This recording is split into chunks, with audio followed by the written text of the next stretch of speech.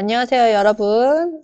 오늘은 지난 시간 임진왜란에 이어 두 번째 조선시대에 일어난 외적의 침입, 병자호란에 대해서 배워보겠습니다. 병자호란이 일어나기 전에 조선과 중국의 상황에 대해서 먼저 설명을 드릴게요. 그 당시 임진왜란 때 명나라가 우리나라를 도와줬죠? 이 명나라는 그런데 점점 세력이 약해져 가고 있었어요.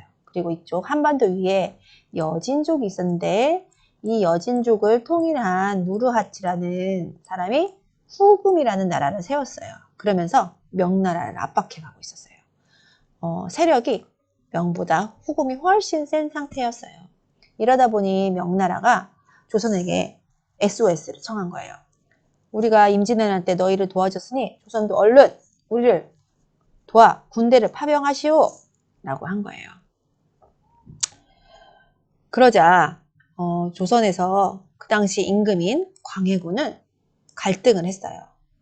명나라가 우리나라를 도와줬기 때문에 의리상 또 큰 나라를 섬기는 작은 나라 입장에서 군대를 파견해야 될 것 같은데 군대를 파견하자니 그 당시 정말 세력이 강한 후금에 의해서 우리나라 군사들이 큰 피해를 입고 우리나라의 경제가 나빠질까 봐 걱정을 한 거예요.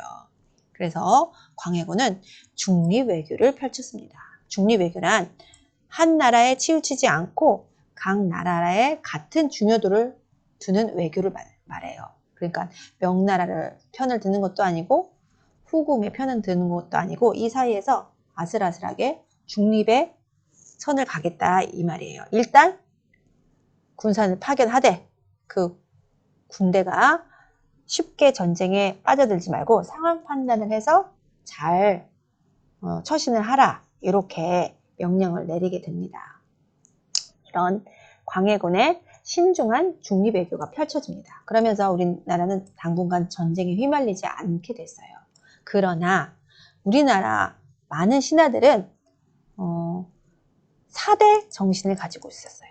4대 정신이란 중국이 큰 나라이기 때문에 작은 나라인 우리나라는 중국에 충성해야 한다. 이러한 사대주의를 갖고 있는 신하들이 굉장히 많았어요.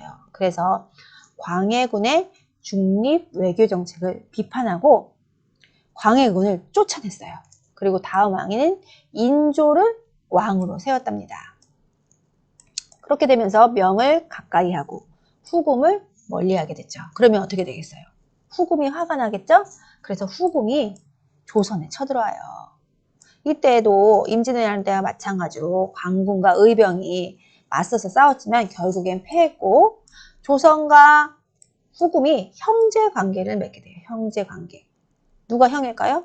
그렇죠. 후금이 형이고 조선이 아우가 된다는 형제 관계를 맺고 전쟁을 끝냅니다. 이것이 정묘호란이에요. 정묘년에 일어난 오랑캐가 일으킨 난이다 해서 정묘호란입니다. 그런데 이 후금이 세력을 더 키워서 결국에는 명나라를 멸망시키고 중국을 차지해요. 차지한 다음에 이름을 청나라로 바꿔요. 청나라 들어봤죠? 그리고 나서는 조선의 형제관계 아니고 이제 너희가 신하가 되어라. 우리가 임금할 테니 너희는 신하가 되어라 하고 임금과 신하의 관계로 바꾸자고 해요. 그러자 조선에서는 또다시 의견이 갈립니다. 첫 번째, 청의 요구를 거절하고 싸워 물리쳐야 한다. 어떻게 오랑캐를 임금으로 섬기냐? 하는 의견이 첫 번째고요. 두 번째가 그러면 또 전쟁이 일어나게 되는데 그럴 수 없다. 외교적인 노력으로 평화적으로 해결해야 한다는 두 가지 의견이 대립하게 돼요.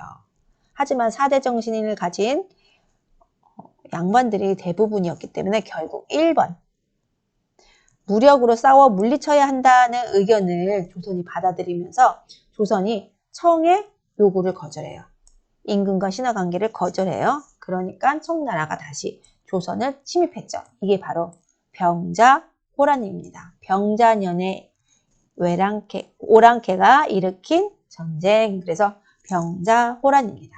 병자호란이 일어나자 청나라는 우리나라를 파죽지세로 다 쓸어버려요. 그리고 한양에 거의 가까이 왔어요. 그러자 그 당시 임금인 인조는 경기도 지방에 있는 남한산성으로 피신을 하면서 거기 신하들과 부하들을 데리고 가서 거기를 기지로 해서 청나라에 맞서서 싸웠어요.